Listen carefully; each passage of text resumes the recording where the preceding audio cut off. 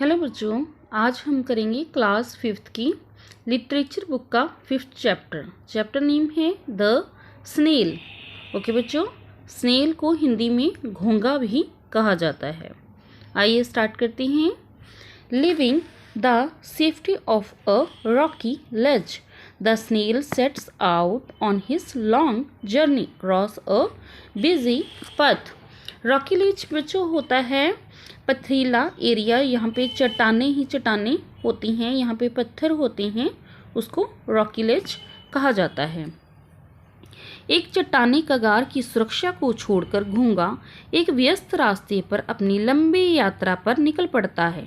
दूसरी ओर ओके बच्चों, the grass is greener on the other side, दूसरी ओर जो होती है हरी घास लगी हुई होती है।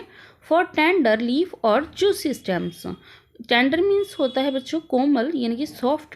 टेंडर लीफ हरी पत्तियाँ, कोमल पत्तियाँ और रसदार टहनियाँ, डंडियाँ, यानी कि उसको खाने के लिए, उसको ईट करने के लिए वो दूसरी साइड उसे जाना पड़ता है। वो अपने कहने का तात्पर्य ये है बच्चों, वो अपनी सेफ्टी, यहाँ पे उसको सेफ्टी महसूस होती है रॉकी लेज पे, यहाँ पे वो पूरा सेफ होता है। बट उसको क्या है, खाने के लिए घास चाहिए जो वहाँ पे पहाड़ों पर नहीं होती। उसको खाने के लिए वो अपनी सेफ्टी वाली जगह को भी छोड़ देता है। ओके, इसलिए उसको वहाँ से और दूसरे रास्ते पर जाना पड़ता है। He will brave the hazards of the road. Hazards meaning होता है बच्चों डेंजर।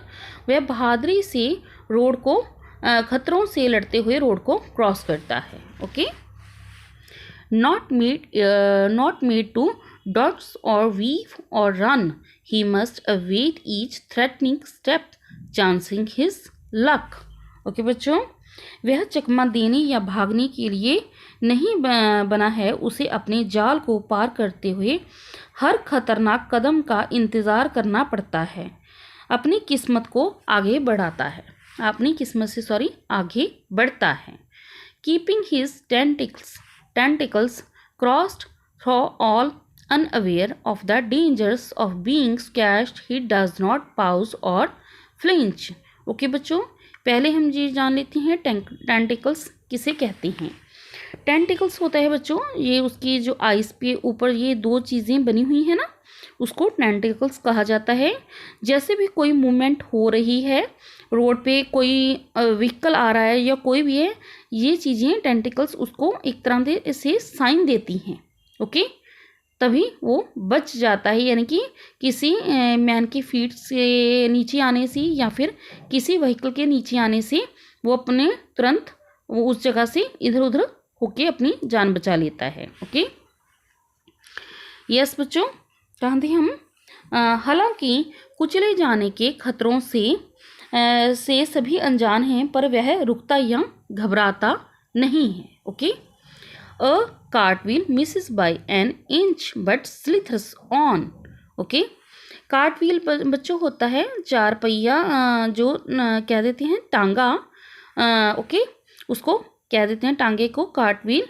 वो उससे बच जाता है जैसे कार्टव्हील रोड के ऊपर से जाता है। बट स्लिथर मीन्स होता है फिसलना। ओके, तुरंत वह क्या करता है, 1 इंच की दूरी से, कार्टव्हील की 1 इंच की दूरी से वह बच जाता है। उसको देखकर जैसे ही टेंटिकल्स उसको साइन देते हैं, वो क्या करता है, एकदम से पलटी खा जाता है।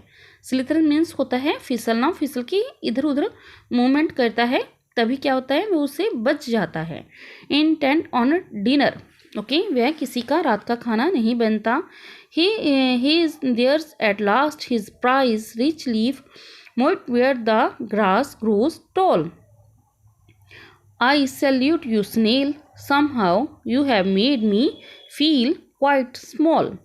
ओके बच्चों, जो ये पोइट कह रहा है स्नेल को मुझे क्या देना चाहिए, प्राइज़ देना चाहिए, जो हरी घास खाने के लिए, इतनी लंबी घास खाने के लिए उसे यहाँ पर आना पड़ता है। आई सल्यूट, मैं इसे सलाम करता हूँ snail. Somehow you made me feel quite small, तुमने मुझे बहुत ही छोटा महसूस करा दिया है।